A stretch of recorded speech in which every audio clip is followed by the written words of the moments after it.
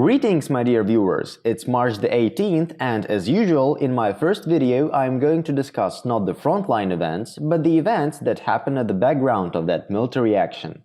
As you know, I follow the activities in social networks and in InfoSpace very carefully, and for the last 2 days I have noticed a very interesting trend in the Ukrainian social networks.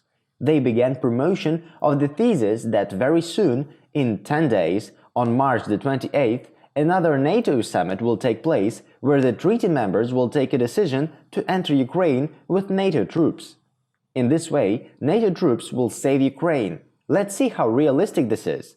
If we look carefully at what the Ukrainian so-called partners from the West said about the conflict in Ukraine back in the fall of 2021, we will find out that they stated that they would not defend the territory of Ukraine with their own military. No NATO troops will stand on the Ukrainian land. Yes, they say, we will certainly help official Kiev, but the latter must act on its own. Okay, you said, that was before the war, but what happened next? Remember the first flash mob, which was also supposed to mobilize the population of Ukraine to fight to the last Ukrainian? This flash mob said, the whole world is with us. As I said in one of my videos before, Ukrainian point of view says that it is not the whole world which stands for them. There are only approximately 1/5 in population of the world. It is of course the United States of America, Canada, and most of Europe. The rest of the world is against Ukraine. Moreover, it indirectly supports Russia. This thesis has become obvious even to the ordinary people of Ukraine, so another one is thrown into society. NATO will now definitely enter Ukraine with its troops because it cannot be otherwise. Why so? Because the situation on the fronts is simply bad for the Ukrainian armed forces. Approximately half of the military vehicles have already been destroyed. The troops are exhausted. Some are already surrounded, like the Ukrainian units at Mariupol. The rest of the Donetsk front is about to be breached and later surrounded.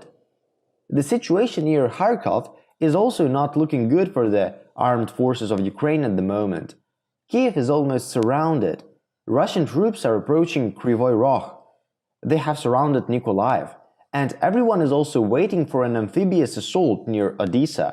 And today, in order to mobilize the population of Ukraine and to continue to hold on the confidence that very soon they would win, the one and only thesis is used. NATO troops will come and support Ukraine. Hold out a little longer for another 10, another 20 days. They will definitely come and break the backbone of the Russian army.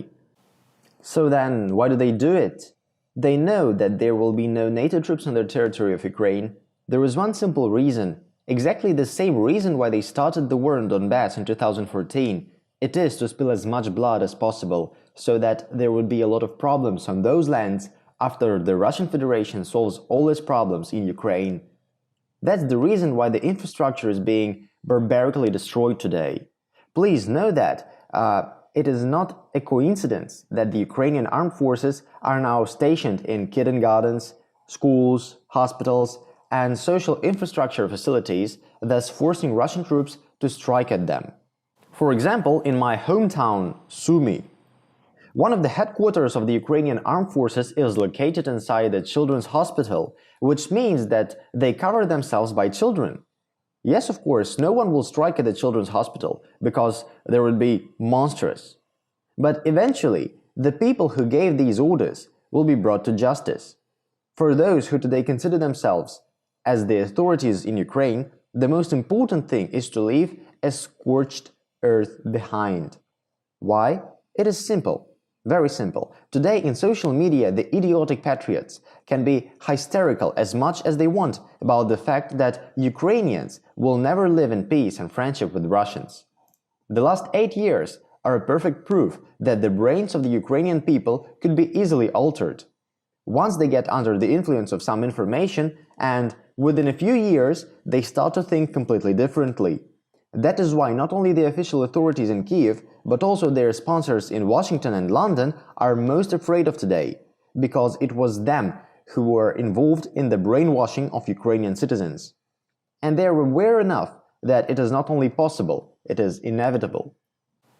And what they're most afraid of is that those people who will survive and remain in Ukraine today will tomorrow be used to create new brigades in some new Ukrainian military or something else. That soon after, they will stand shoulder to shoulder like the brigades of the armed forces of the Republic of Belarus, together with the brigades of the armed forces of the Russian Federation. This is inevitable and has been proved many times by history. And this is what they are most afraid of. That is why they are looking for any possibility to convince the Ukrainians to take up arms and die for their interests, in an absolutely futile and pointless war for the current government. This is why they create different informational nonsense, imaginary victories. The whole world is with us. NATO troops will enter tomorrow. But all this is made up in order to make you, the ordinary Ukrainian people, believe in a close victory, in which those people who are encouraging you no longer believe themselves. That's what I wanted to say in this video. That's all for now. Bye.